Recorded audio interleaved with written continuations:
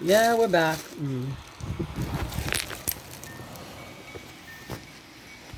So I'm still waiting to see if he's gonna get out of here and go to the hospital. Get in his car and go. He doesn't have to bring anybody. If the old lady don't want to go, he doesn't have to bring her. He can just go and be there for his father. I would have done the same. I know. I know. At the end, you made good with your father. Yes, and you've done the same, Lena. You've done the same, but your father, he doesn't, he's never going to reciprocate. He can't acknowledge, he's unable to acknowledge your love for him. He can't do it. He can't acknowledge that you still love him. He can't. My father was different. And when I found out he was dying at the end, I called him and I said I loved him. And you've done the same. You've done the same.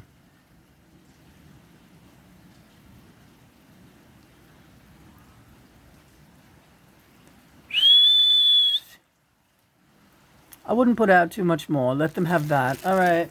And then you can always get up later and put more out.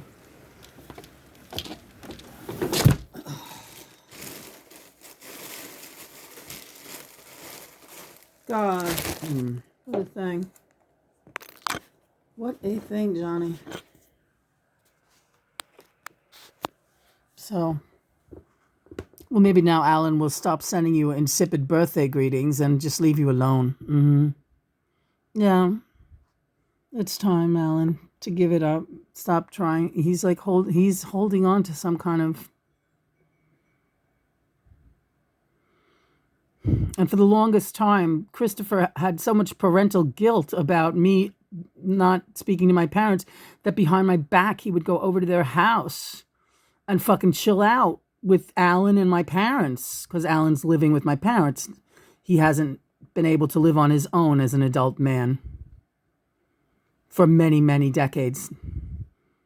He only lived on his own when he was married twice, and he took both of those women for their money and drank the relationship into the ground both times. And both women were mentally ill in their own right, like seriously, badly mentally ill. And he took advantage of them both.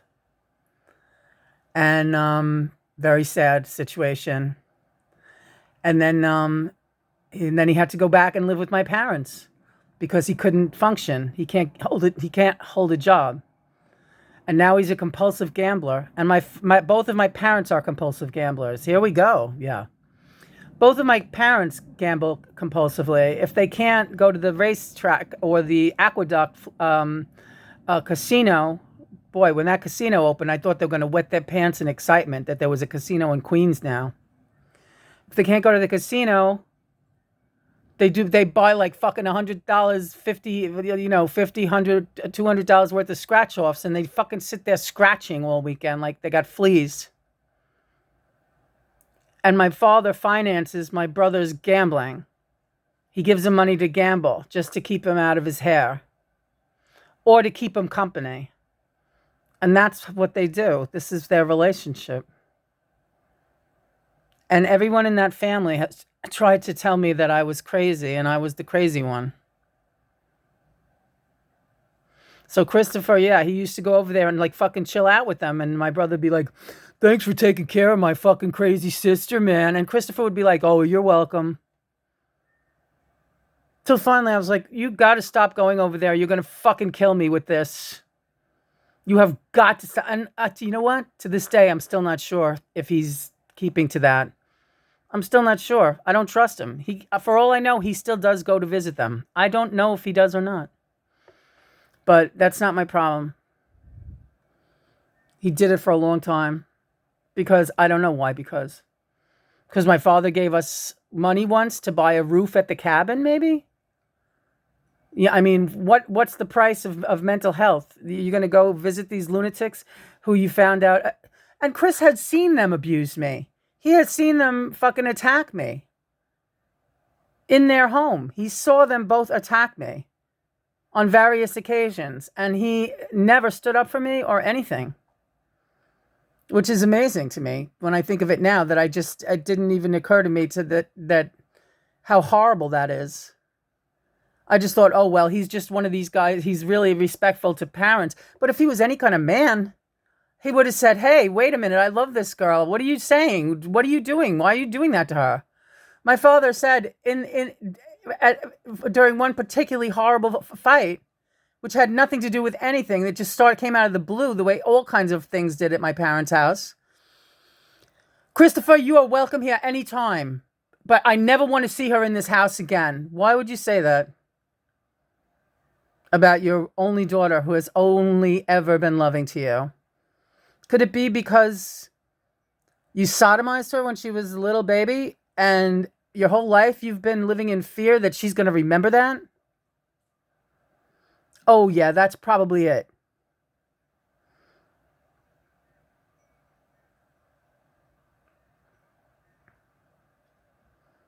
And that's always been the modus operandi. They loved my other husband, the Nazi. They loved him to death. So then they loved Chris because he was like a new Nazi is in town. Only this Nazi it looks like he has even richer parents than the first Nazi. So this is good. They'll take care of her. They'll keep her in check. She's in good hands. We don't have to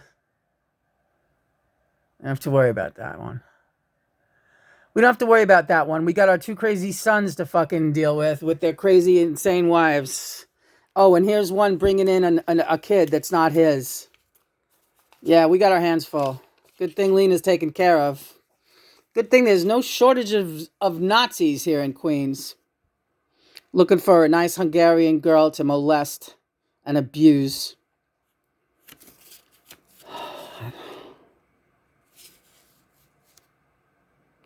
Not much more to add in this fucking mess, yeah. Ma? Yeah, I think let's get you back to bed. You could do one song, maybe. All right. I'll do one song by the window for you, Mommy. All right. And Daddy for you, too. I'm sorry. I always keep forgetting to say and Daddy. And I think it's a mental block that I just don't trust men. It's taken me a long time to really trust John. This is hard for me. And I'm very grateful that you guys have saved me.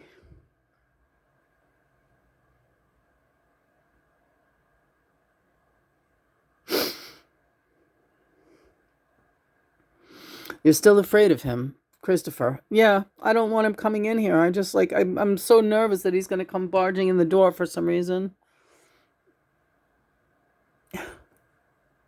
You're afraid of him. Yes. And he likes it that way.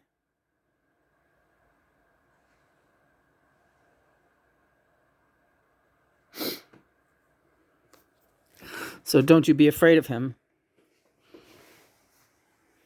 That gives him more and more power. He's a monstrosity. He's got a lot to learn. He might not make it this time around, Lena. And we've been telling you that from the beginning. He's not ready to cross over successfully. His treatment of you has been such a big failure.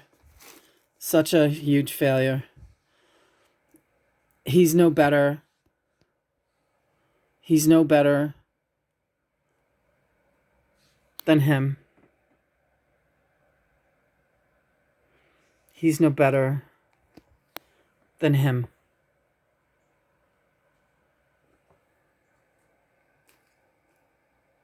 He's one of them.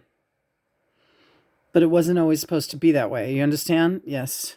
We wouldn't have put you into these people's hands if we didn't think that they were capable of being decent and raising you to be a happy, well-adjusted girl. We wanted that for you. We never wanted anything different for you. We're sorry. They all failed. They all failed.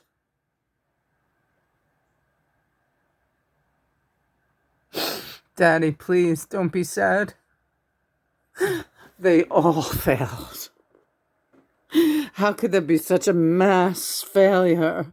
That's what frightens me. All right, Daddy, don't get scared. If you get scared, then nobody else has any hope. We can all be scared. Healthy fear is healthy. Please don't panic. This is all for the greater good. You got an amazing team here, Lena. An amazing team. We caught this thing, and we caught it, and we're all celebrating out here. You have to believe. I do. I do. I believe. I'm happy.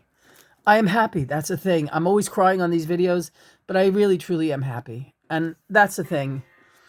I feel like I'm always being tested to not be happy, but I'm not going to let that happen.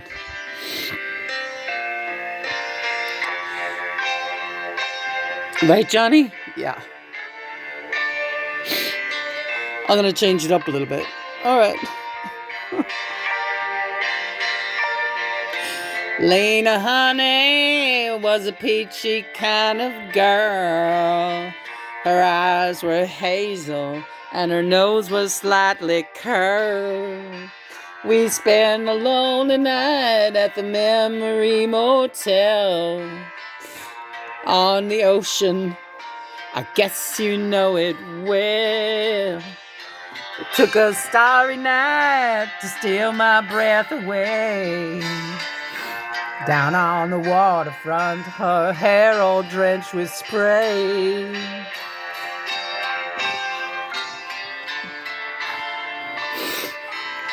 Lena, Lena, Lena, Lena, Lena. Lena baby was a honey of a girl.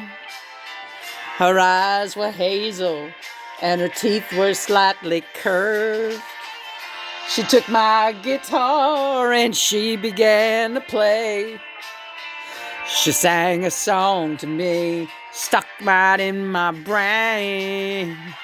You're just a memory of a love that used to be.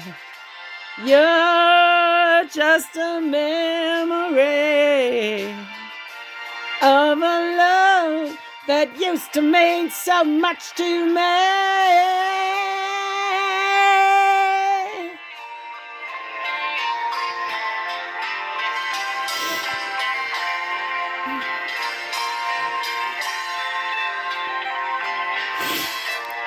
She got a mind of her own and she used it well, yeah. Well, she got a mind of her own, she used it well, yeah. Yeah, oh, she's one of a kind. She got a mind of her own and she used it mighty fine. She drove a pickup truck painted green and blue. The tires were wearing thin, she'd done a mile or two. When I asked her where she headed for, back up to Glendale, singing in a bar. I got a flight today on down to Baton Rouge. My nerves are shot already, road ain't all that smooth. Crossing Texas is the rose of San Antone. I keep on feeling the gnawing in my bones. You're just a memory of a love that used to mean so much to me. You're just a memory, girl. They used to mean so much, much to me. Just a memory, a sweet old memory. They used to mean so much to me. La la, la la la.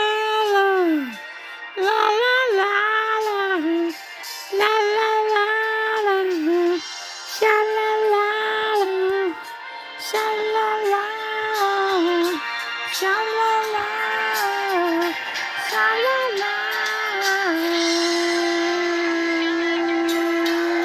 She got a mind of her own. Oh yeah, she's just one of a kind.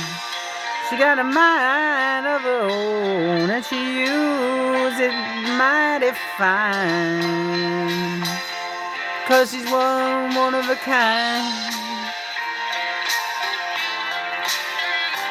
One of a kind.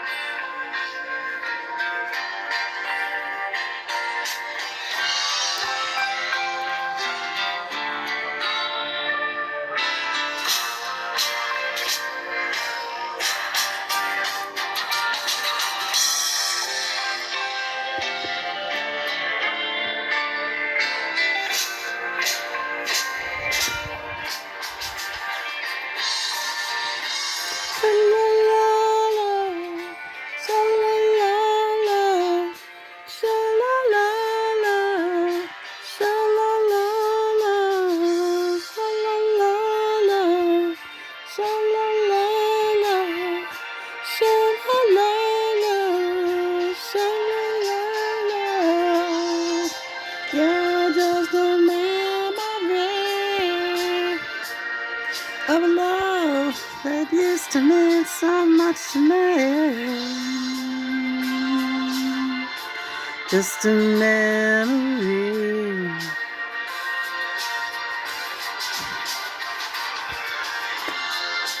Ow!